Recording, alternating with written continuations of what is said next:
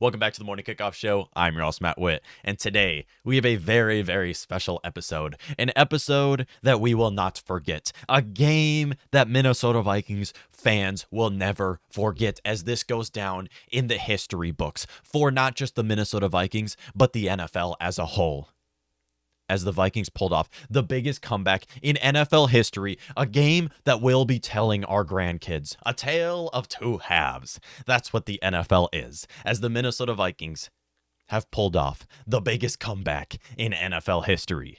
When down 33-0 at halftime, most of us Vikings fans, most fans in the NFL, were writing this down as a loss. We're writing this down as another reason why the Vikings are frauds.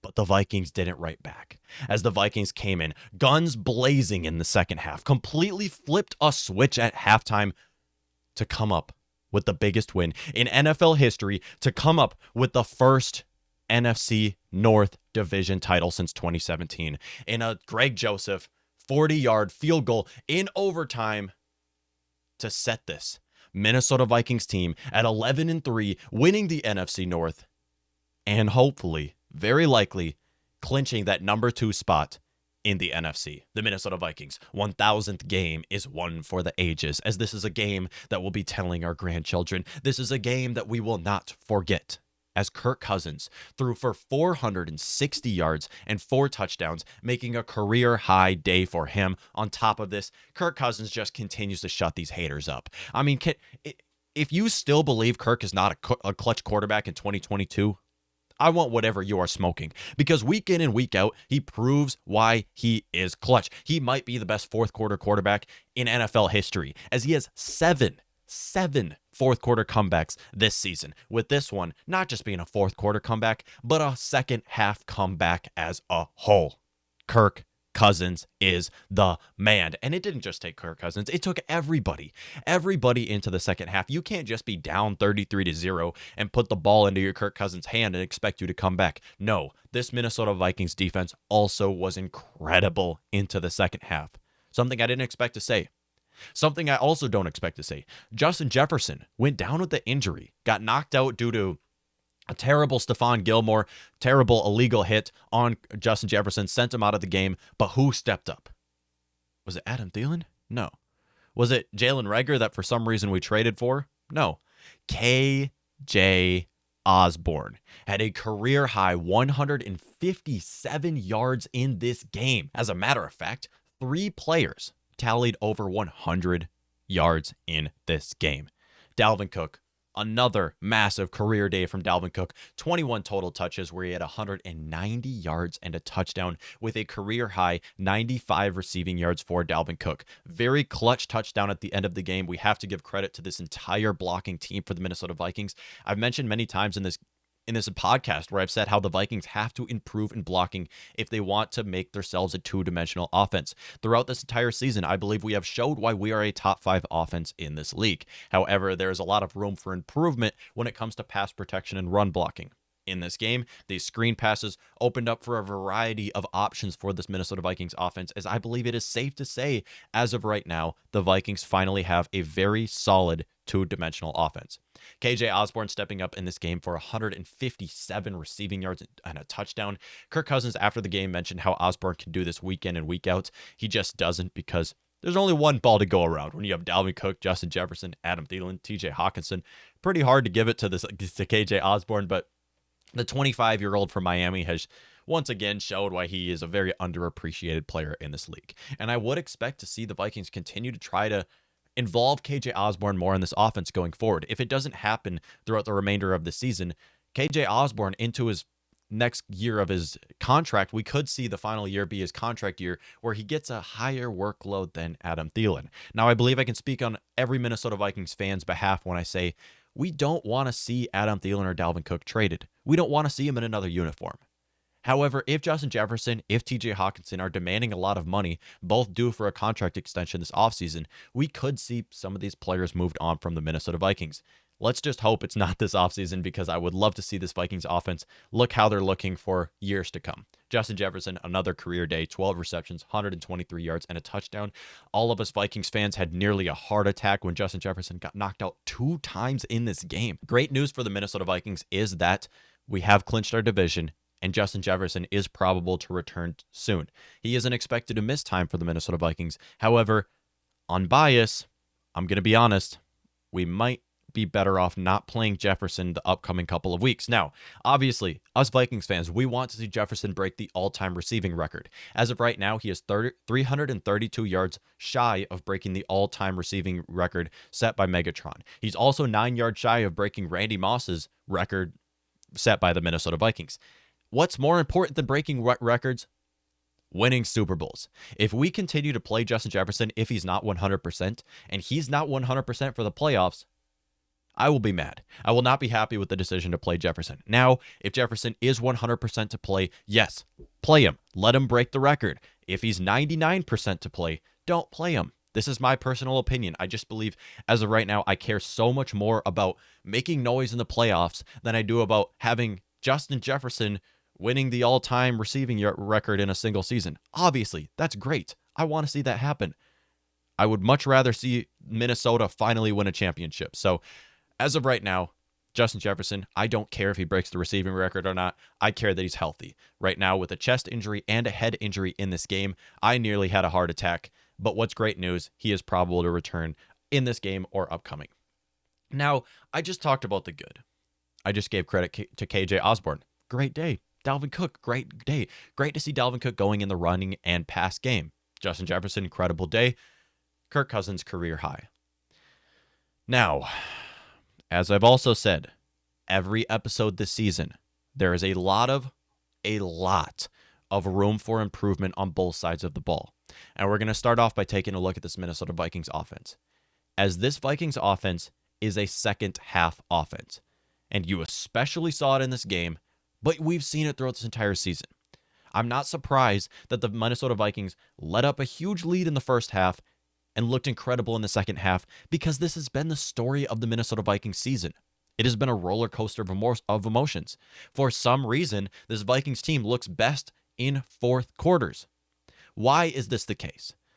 Well, like every athlete in the world says, a lot of it is mental. And then on top of this, with defensives playing a lot of snaps, when you dominate time of possession on the offensive side of the ball and you're playing a gassed defense, your offense tends to look better.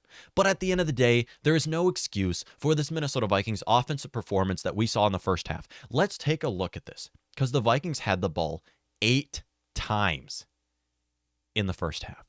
And what did they do? First possession of the game. Blocked punt, returned for an Indianapolis touchdown. Blocked punt, not just a block punt, but a block punt by Afadi Odenigbo, a much-loved player for the Minnesota Vikings, started a season here in Minnesota. Dalvin Cook fumbled on the second drive of this game. Again, another fumble by Dalvin Cook into enemy territory. This happened last week, and it happened this week as well. And then after this, you wouldn't think that it could get worse, but it did. The first two drives were both turnovers. One return for a touchdown. The other one ended up being a touchdown from Indianapolis as well. But it got worse, as the next two drives were both turnovers on downs. The Minnesota Vikings got stuffed on 4th and 1. The Minnesota Vikings failed a fake punt pass to Jalen Nailor. After this, 3 and out, pick six. First pick six for Kirk Cousins in 33 games. After this, 3 and out, kneel it to go to halftime. I mean, it was just the most lackluster, not even lackluster, just the most disgusting first half I have ever seen from the Minnesota Vikings on offense. And I just want to say, I was going on Twitter, I was going around the world. Why was everybody mad at Ed Donatel for this first half? This was not Ed Donatel's fault. The defense was always on the field in the first half, because what did the Vikings offense do? Just give up touchdowns, just turn it over, just terrible performance. And yes, the Colts had 33 points in the first half. 2 of those were turnovers from the Minnesota Vikings that led to touchdowns for the Colts. The other one was a Dalvin Cook fumble that also led to a touchdown for the Colts. It was just turnover after turnover after turnover for the Minnesota Vikings in the first half. And the defense in the first half, I just want to say, the defense throughout this game was not bad. And I'm not going to give the defense a whole lot of credit, because at the end of the day, you are playing a Colts offense that was without Jonathan Taylor basically the entirety of this game. They had backup running backs out there, and as a whole, their offense just not good in the first place. But in the first half, I mean, the Vikings offense gave up more touchdowns than the Vikings defense did in the first half. The Vikings defense just gave up 1 touchdown off a Dalvin Cook turnover in the first half of this game. And then we're continuing to run a very, very good red zone defense that forced, I believe, what was 5 field goal attempts in this game, which were all made by Chase McLaughlin. Of course, McLaughlin and Afadio Denebo are going to have a good day against the Minnesota Vikings. This is just textbook how the NFL works. If a player was on your Minnesota Vikings team, well, they're going to look good against the Minnesota Vikings. As we saw, Afadio Denebo have the best day of his career. Chase McLaughlin also had arguably the best day of their career, simply because they're playing their former team. And then into the second half, Minnesota Vikings defense forced 7 punts, had a fumble return from Chandon Sullivan, which should have been a touchdown. That was the second time this game. We're going to get into the refs in a second. We're going to get into that in a second. Don't worry. 3 sacks from the Minnesota Vikings. And not only this, but just to see Kevin O'Connell put the ball into the defense's hands in overtime was incredible. It just shows how much faith Kevin O'Connell has in your team. And I love our head coach, because the fact that defensive has been bad this season, the fact that maybe Kirk Cousins has had rough start to many games, it doesn't stop Kevin O'Connell from having faith in his team. In overtime, the Vikings had the option. Are they going to kick a field goal, go for the win in overtime, or are they going to punt it and give the ball to their defense to come up with a stop?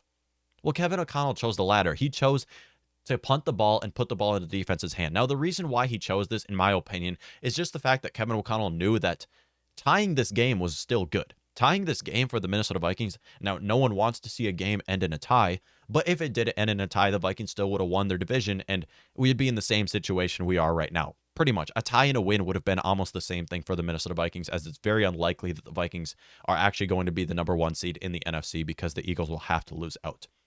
But they put the ball into the defense's hand, and they showed up, giving the Minnesota Vikings offense another chance, where obviously the Vikings offense marched down on a game winner for Greg the Leg. Still in this game, now refs. Okay, can we do something about officiating in the NFL? I am so sick. I am so sick of the games that I've seen called from the Minnesota Vikings where you are overcalling so many crucial plays. The 2 biggest wins for the Minnesota Vikings this season have been against the Buffalo Bills and this comeback in this game. Both games went into overtime when they shouldn't have. This game should have been over. Same with the Buffalo Bills game. Both games, big wins for the Minnesota Vikings. Somehow they found ways to win despite terrible calls from the officiating. Into this game, two fumble return touchdowns, 2 scoop and scores from Chandon Sullivan, both ruled dead plays. One was ruled dead when Michael Pittman had forward progress. They ruled it dead. Would have been a touchdown. Okay, that would have been the only score for the Minnesota Vikings in the first half. Again, Vikings would have put the game away on a touchdown return from Chandon Sullivan that they also ruled dead. And what do these officials do? They go to bed, sleep perfectly fine after calling a terrible game. They don't lose their job. They don't get fined. Here's my theory. Well, no, not a theory. Here's my solution. What we need is to interview referees after games. Okay? If a quarterback throws 4 interceptions and 0 touchdowns in one game, after the game, they're basically going to get bashed from reporters. Reporters are going to continue to ask them, "Oh, do you feel like you've let your team down in this game?" Why don't we have the same for referees? Why don't we have press conferences where we ask referees, "Oh, do you feel like you let down an entire fan base in this game?" Why don't we do the same? Referees are making so much money, not getting fined anything, not losing their job, and yet they're doing their job poorly. If any of us show up to work and do a terrible job, something's going to happen, right? Well, referees, it doesn't matter. They might get talked to, slap on the wrist. Can they please talk to reporters? Can reporters please report on referees? We can't continue to have these terrible calls in a game that is so important for the Minnesota Vikings. Vikings player of the game, still bright spot. Vikings still came up with a huge comeback in this game. KJ Osborne. Now, Vikings player of the game, you can give this to many different people. Should have gone to Chandon Sullivan if he did go those 2 scoop and score touchdowns. But still, KJ Osborne, 10 receptions, 157 yards, and a touchdown. If it wasn't for this impressive performance from Osborne, we would not have won this game. This would be KJ Osborne's third player of the game in just the last 2 seasons for the Vikings, which is incredible for a wide receiver 3. I love to see how much Kirk Cousins loves KJ Osborne because we go to Osborne a fair amount on 3rd down and 4th down and in the red zone for a wide receiver 3. Love to see 17. He's an incredible player, and Kirk Cousins has a lot of faith in him. For that reason, I believe KJ Osborne is going to be the future wide receiver 2 for the Minnesota Vikings in the coming seasons. Next week, the Minnesota Vikings will host the New York Giants on a Saturday, 12 o'clock Central Time on Fox. Great game. I mean, this is not a must. I don't believe any game this upcoming is a must win for the Minnesota Vikings. Now, obviously, if the Eagles do end up losing to the Bears, which is very possible, it's honestly more possible than a lot of us think. Bears are a very good 3-10 team, just being completely honest. If that does end up happening, then of course this would be a must-win game for the Minnesota Vikings. But as of right now, we're mostly looking to lock down that number 2 seed. So hopefully this can happen going forward. Big game coming up against the New York Giants. It's not a must-win game. I shouldn't say big game, but still, fun game coming up for the Minnesota Vikings. I don't expect Justin Jefferson to play if he's not 100% in this upcoming game. Still, incredible Minnesota Vikings victory here. Bring the Lombardi home. Bring the trophy home to Minnesota so we can finally celebrate. All of us Vikings fans have waited for this our entire life. Please, please, please bring the Lombardi home.